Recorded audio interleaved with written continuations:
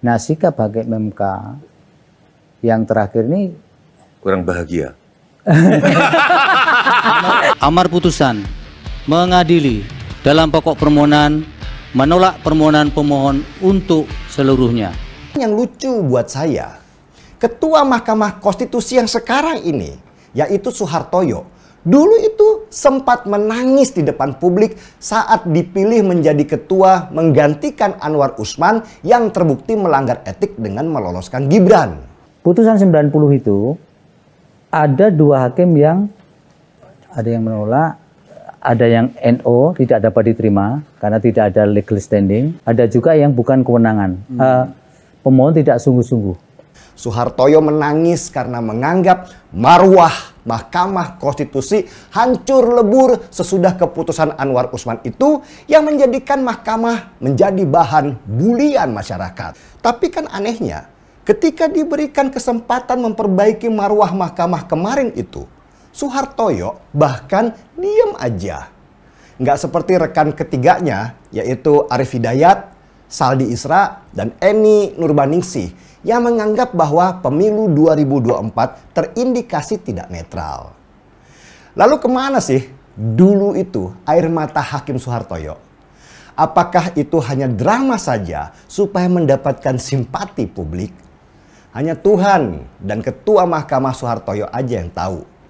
Kita masyarakat sih sudah biasa dengan air mata buaya. Sehingga ketika terjadi perbedaan besar antara ekspektasi dan realita, ya hanya senyum aja seperti senyumnya Ganjar dan Anies di ruang persidangan kemarin.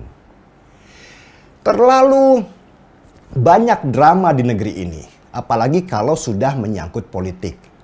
Dulu ada yang bilang kalau anaknya nggak akan ikut bursa calon wakil presiden. Akhirnya anaknya ikut juga. Dulu si anak bilang kalau dia tidak akan ikut nyalon wakil presiden karena menghormati partainya. Akhirnya di belakang ikut juga. Dulu air mata karena merasa institusinya terhina. Akhirnya gak berbuat apa-apa. Berdasarkan keputusan Mahkamah Konstitusi kemarin yang menolak semua permohonan pasangan Anies dan Muhaimin, juga Ganjar dan Mahfud, maka bisa dipastikan resmi sudah posisi Prabowo sebagai Presiden Republik Indonesia menggantikan Jokowi. Meski pelantikannya itu baru bulan Oktober nanti. Banyak yang menanti apakah Mahkamah Konstitusi berani membuat sejarah baru seperti di Kenya, Bolivia, Ukraina, dan beberapa negara lain yang pernah mengulang pemilu mereka karena dianggap curang secara terstruktur, masif, dan sistematis. Dan ternyata tidak. Seperti yang sudah ditebak, Mahkamah Konstitusi kita cenderung main aman dengan menganggap bahwa pemilu 2024 ini tidak bermasalah. Ya itulah keputusan Mahkamah Konstitusi yang pasti bikin logika berpikir kita itu mandek. Padahal kan sudah jelas, Gibran yang menjadi calon wakil presiden Prabowo itu lahir dari keputusan Mahkamah Konstitusi yang cacat secara moral dan etika. Sehingga bahkan Anwar Usman, paman Gibran yang menjadi ketua mahkamah yang meloloskan keponakannya itu, akhirnya dipecat dari jabatan ketua oleh Majelis Kehormatan.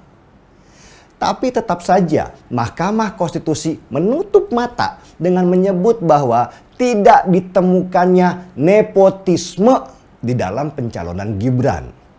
Ajaib kan?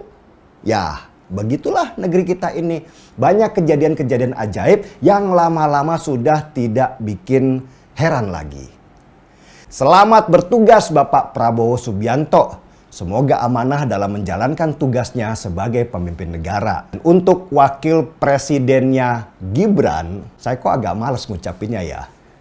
Buat saya, Gibran itu adalah potret rusaknya demokrasi Indonesia yang dilakukan tanpa rasa malu dan jauh banget dari etika. Buat Pak Prabowo nih Pak, kalau emang wakil presiden itu ban serep, tolong tinggalin aja di rumah Pak. Males, lihat bannya kayaknya kok kempes mulu. Mahkamah Konstitusi atau MK menyatakan tak menemukan kejanggalan soal adanya pemberian bantuan sosial atau bansos yang dirapel bersamaan dengan penyelenggaraan Pilpres 2024.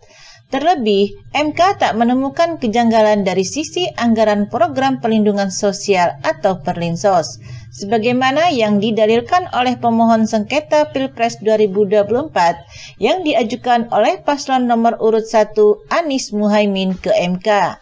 Hal itu disampaikan salah satu hakim MK, yakni Arsul Sani, dalam sidang putusan sengketa Pilpres 2024 perkara paslon nomor 1 di gedung MK Jakarta Pusat pada Senin 22 April 2024.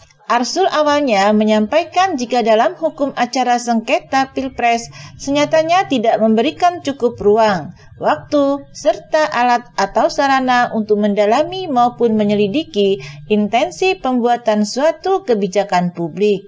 MK menurutnya menganggap APBN ditetapkan dalam undang-undang setiap tahun anggaran. Inkes APBN 2024 ditetapkan dalam Undang-Undang 19/2023 tentang APBN tahun 2024. Bahwa berdasarkan hal-hal tersebut di atas, penggunaan anggaran Perlinsos, khususnya anggaran bansos menurut Mahkamah tidak terdapat kejanggalan atau pelanggaran peraturan sebagaimana yang didalilkan oleh pemohon, kata Arsul. Ia menyampaikan jika anggaran Perlinsos telah diatur secara jelas mulai dari perencanaan, penganggaran, pelaksanaan, dan pertanggungjawaban, termaksud pelaksanaan anggaran bansos yang disalurkan secara sekaligus atau rapel dan yang langsung disalurkan oleh Presiden dan Menteri, merupakan bagian dari siklus anggaran yang telah diatur penggunaan dan pelaksanaannya. Sidang putusan gugatan Pilpres, Hakim Arief Hidayat sebut tak ada bukti kuat Jokowi intervensi pencalonan Gibran.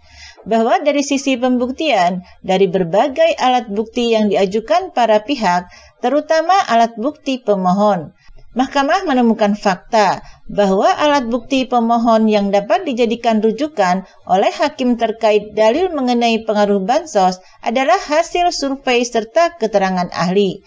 Tuturnya, Arsul menambahkan, pembacaan atas hasil survei oleh ahli pemohon dalam sidang serta hasil survei itu sendiri yang tidak dipaparkan atau diserahkan secara utuh atau lengkap atau komprehensif sebagai alat bukti, tidak memunculkan keyakinan bagi Mahkamah akan korelasi positif antara bansos dengan pilihan pemilih secara faktual. Berpijak dari hal demikian terhadap dalil pemohon, menurut Mahkamah tidak terdapat alat bukti yang secara empiris menunjukkan bahwa bansos nyata-nyata telah mempengaruhi atau mengarahkan secara paksa pilihan pemilih. Katanya bahwa selain itu, andai pun benar terjadi pembagian bantuan kepada masyarakat oleh Presiden, pemohon tidak dapat meyakini Mahkamah apakah bantuan yang dimaksud oleh pemohon adalah bansos oleh Kementerian Sosial ataukah bantuan kemasyarakatan oleh Presiden yang bersumber dari dana operasional Presiden. Sambungnya.